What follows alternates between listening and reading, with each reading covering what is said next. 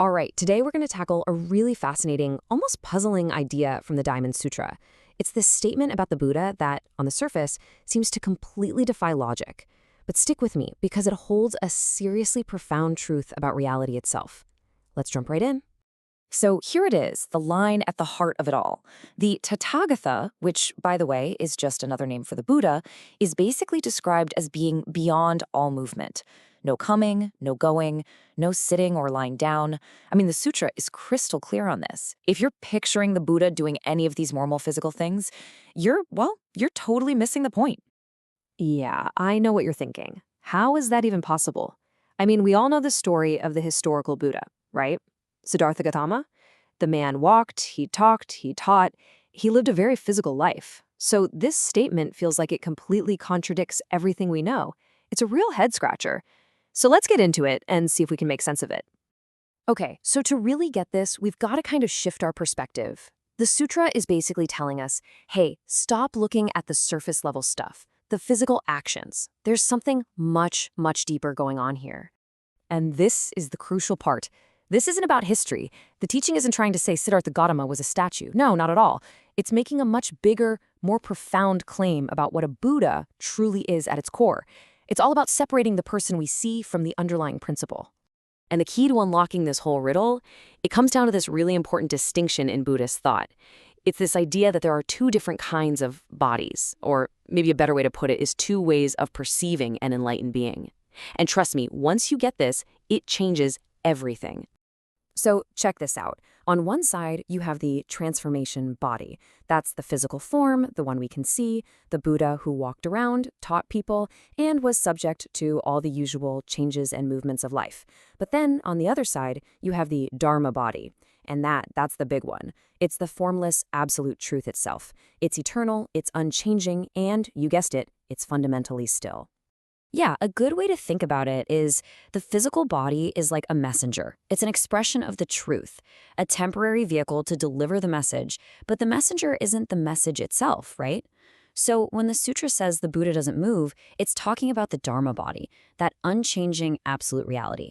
Okay, I know this can feel a bit abstract, so to bring it back down to earth, the teaching uses some really great analogies, and these metaphors, they really help this whole idea click. All right, first up, the moon.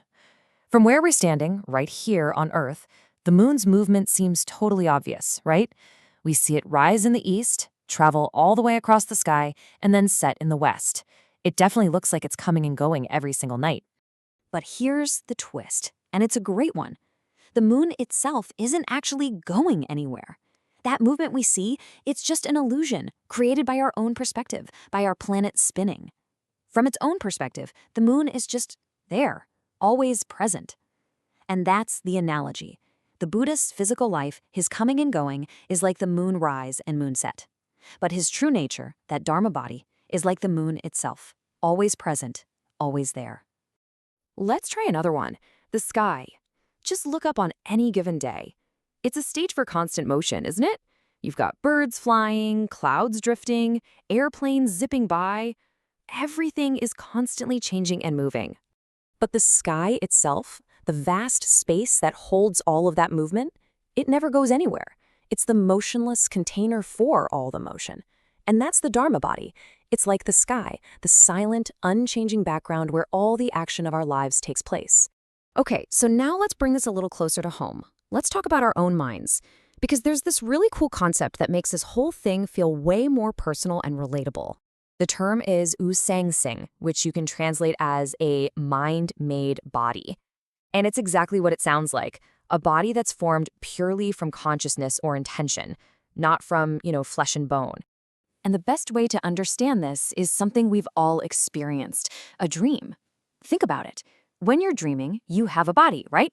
You walk around, you can talk, you interact with your dream world, you feel totally present. But that body isn't physical, is it? It's made by your mind. And then what happens when you wake up? Poof, it's gone. Where did it go? Nowhere. It wasn't bound by physical space in the first place. So this mind-made body concept is really the key.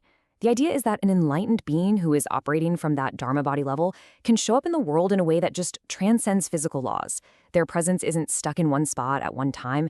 It's kind of like how your own mind can travel to a memory from 20 years ago or imagine the future, all while your physical body is sitting right here. They can go without going and come without coming. All right, let's pull all these ideas together. We've got the two bodies, the physical one and the true one. We've got the moon and the sky. We've got this mind-made body from our dreams. So what's the big takeaway? Why does any of this actually matter for us? Well, here's the ultimate point, and it's a big one. This motionless, eternal Dharma body, it's not just something special that the Buddha has. The teaching is saying that this is our own true nature too. The whole point isn't to try and stop the world from moving and changing. It's to realize that deep down within ourselves, there's this profound stillness that's the source of all that movement. And this idea gives us this beautiful image of what it means to be enlightened. It's about being able to move while remaining still and being still while remaining in motion. You're fully engaged with the world. You're living, working, talking, but you're doing it all from a place of deep, unshakable inner quiet. It's a perfect balance. So, I'll leave you with this final thought to chew on. If this ancient wisdom is true, if our real, true nature is actually this core of stillness, this unchanging presence, what does that mean for how we live our crazy, busy, constantly moving lives? How would it change things if we could just tap into that stillness, even for a moment, right in the middle of all the chaos?